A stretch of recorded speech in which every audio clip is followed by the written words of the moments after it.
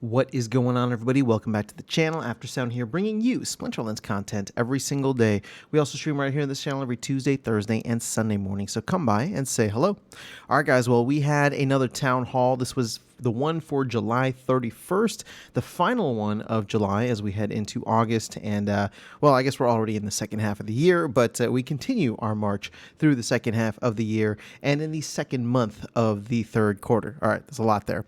But I have my 5 biggest takeaways. As usual, again, this is not a summary. We're looking at the official Splinterlands Town Hall summary, which is on their Hive blog or Peak D. And there are fantastic visual and written content creators who put together full summaries. For me, this is just the 5 things that stuck out to me. And so I said we go ahead and dive right in. And I got to tell you, this was, there wasn't too much in there. Obviously, with the town halls now, they're not giving out like crazy alpha, and Weirdbeard is very tight-lipped about dates.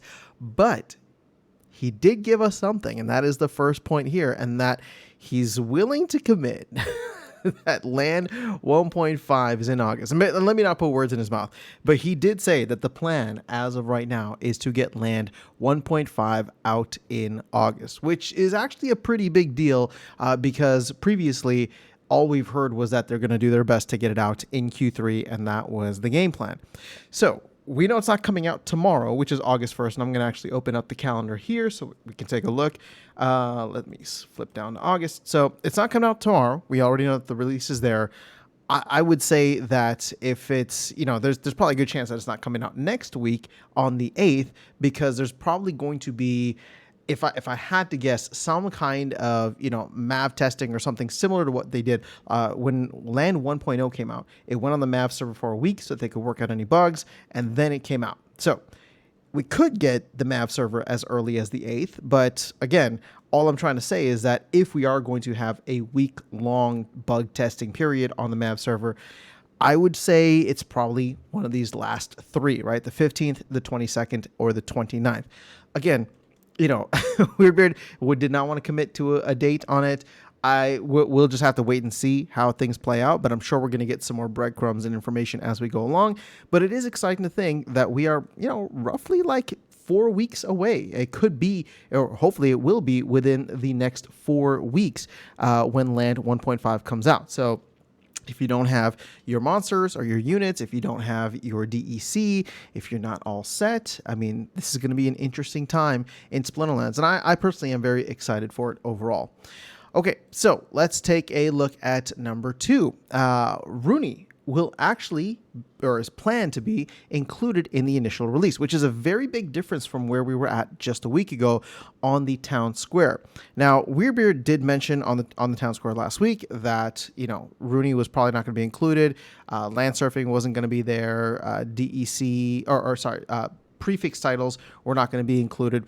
Regular titles will be, but prefix titles are not going to be included. So this is a major change, and actually, Virus, shout out to Virus, had pointed out some communication from Nate in the land expansion channel on the official Discord, where Nate had said that the game plan is still to get Rooney in. So at some point over the last week, they probably heard all of the disappointment about Rooney and figured maybe there's a way to include it in, which once again, if this is something that needs to be included, I would say we're probably looking at the later weeks in August, maybe the 3rd or actually 4th or 5th Tuesday in August when it comes to a potential release if they want to try and sneak this thing in. But I would say that's overall good news. I'm excited about that. I have my Rooney, I'll be set, and I'll just need to get my units ready. So one of the things that Dark Knight actually wants to do, and maybe we'll make some content around it, is sitting down and actually planning like what we're going to do for each of our land plots. So let me know if that's something you guys would be interested in, because we're going to do it anyway. I'm going to help him. He's going to help me go through collection stuff, but figured we can hit the record button and share it with the rest of you guys if you want. Okay, number 3, the other big release that is supposed to be coming out soon is Soul Keep. And there was some interesting information about Soul Keep. The main part, there's two aspects here. First of all, Land 1.5 is the priority. And therefore, from what it sounds like, Soul Keep is not going to get in front of it. Like they just want to get out Land 1.5. So therefore, Soul Keep is going to happen after Land 1.5. And if we go again and take a look at the let's go back to August here. If we go ahead and take a look at the potential release dates, the earliest that I would think we get LAN 1.5 would be August 15th, which I think is still pushing it, right? I think it's probably going to be the 22nd or the 29th. That's just me guessing. I don't have any inside information. That's just me guessing, guys. But I would say that if it does come out on the 15th at the very earliest, one thing that Weirdbeard said on the town hall was that he wants there to be some breathing room, right? We don't just want to release one major thing one week and then release another thing the next week. So my guess at this point is if LAN is coming out at some point in August, doesn't matter whether it's the 15th, the 22nd, or the 29th, I actually think Soulkeep is probably getting pushed to September, which is sad.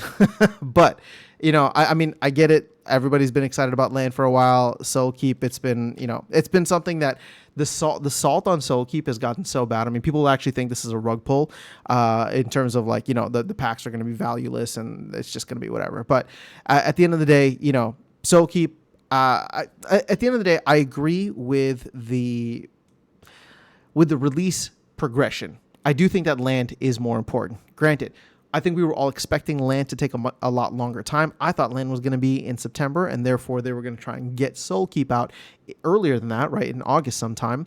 But if they're hoping to get LAN out LAN 1.5 in August, my hope is that we get LAN as soon as possible, and then Soulkeep literally September 1st, or whatever that first Tuesday is in September is what I would really, really want.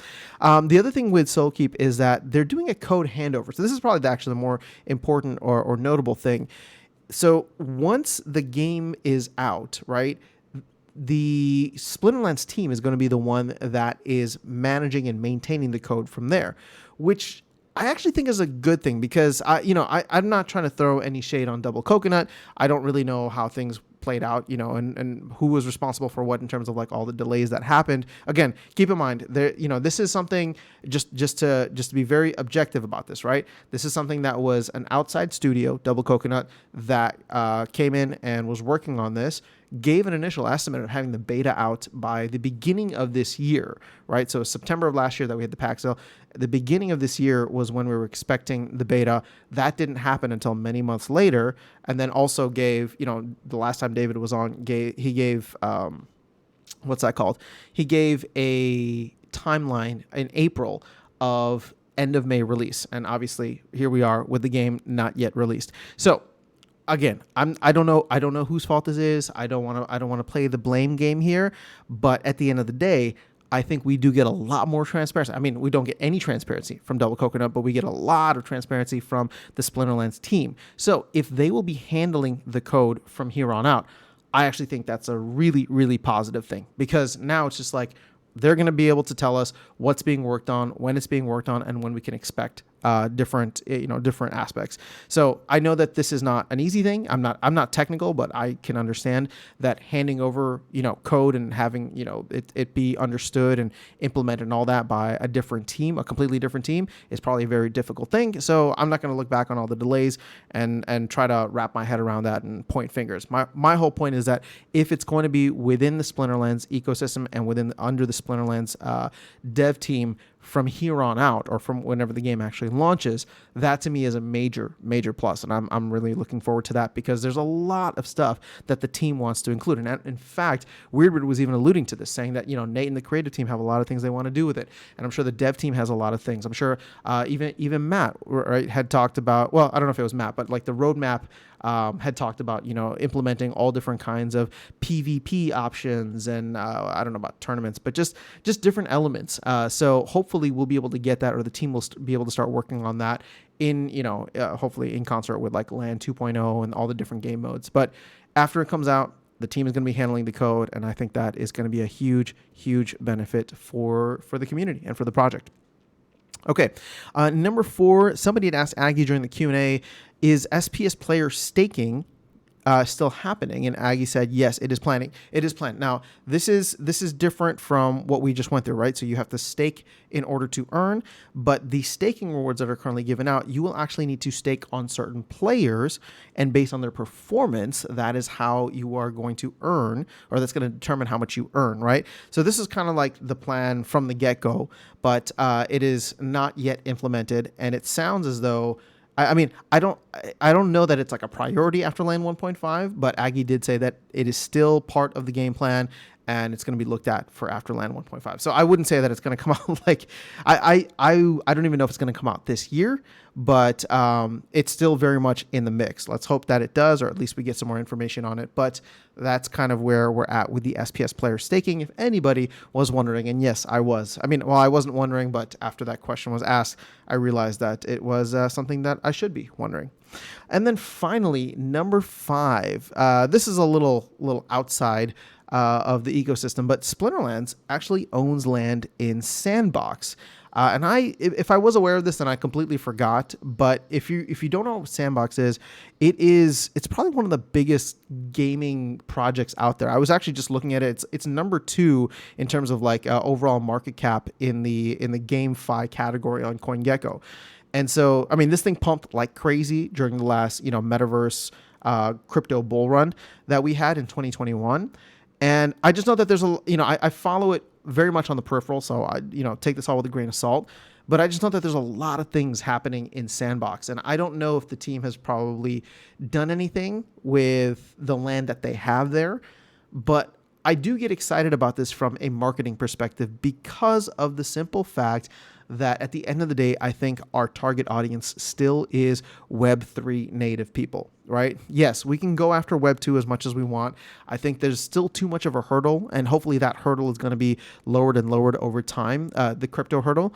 But people in Web3 are always looking for cool projects. And, there's a lot of game elements in Splinterlands. There's DeFi elements in Splinterlands. So it kind of brings the best of both worlds. And if the gaming crypto bull run, whatever, takes off again, I would expect Sandbox to be one of the projects at the forefront. It's still very much at the forefront from a market cap perspective. Again, I haven't been following what they've been doing as much from a release perspective, but in terms of like if things take off again, I think that could actually be a huge marketing opportunity if Splinterlands can develop their land and do something cool with it inside Sandbox. To help advertise the game and the Splinterlands ecosystem. That could be really cool. So I didn't know that. If you did, then that's cool. If you didn't, let me know what you think of Sandbox if you have been following along with what they have been up to. But that is really it. That's all I have for you guys today. I'm going to see if there's anything else major. I mean, some cool eye candy from Nate, which is pretty cool. And last thing, and this wasn't really worth, at least in my opinion, it wasn't worth. I guess we can just make it a bonus item. But if you wanted to buy SPS or DEC, they have removed the option for crypto there, and you can do it now through their TerraBlock partnership. So I don't know what this looks like yet. I haven't done it, and to be honest, I don't know that I would do it. I have different ways of on ramps. But if you wanted to test it out, TerraBlock is already the company or the project that handles the bridges, so they'll be handling all of these as well. And then shout out to Splinter Coach, Guy from Ajax Geeked Out Basketball, who was on the town hall as well. Got to show off Splinter Coach, which is awesome. Splinter Coach has actually been one of the sponsors for the tournaments that we've been running on Sundays. So big shout out to Splinter Coach and Guy from Ajax. But that is all I have for you guys in this video. There's exciting stuff ahead. There wasn't really much in terms of concrete release dates and all that. But I'm excited nonetheless. So let me know your thoughts in the comments below. I'll catch you all in the next video and see you around the game. Take care.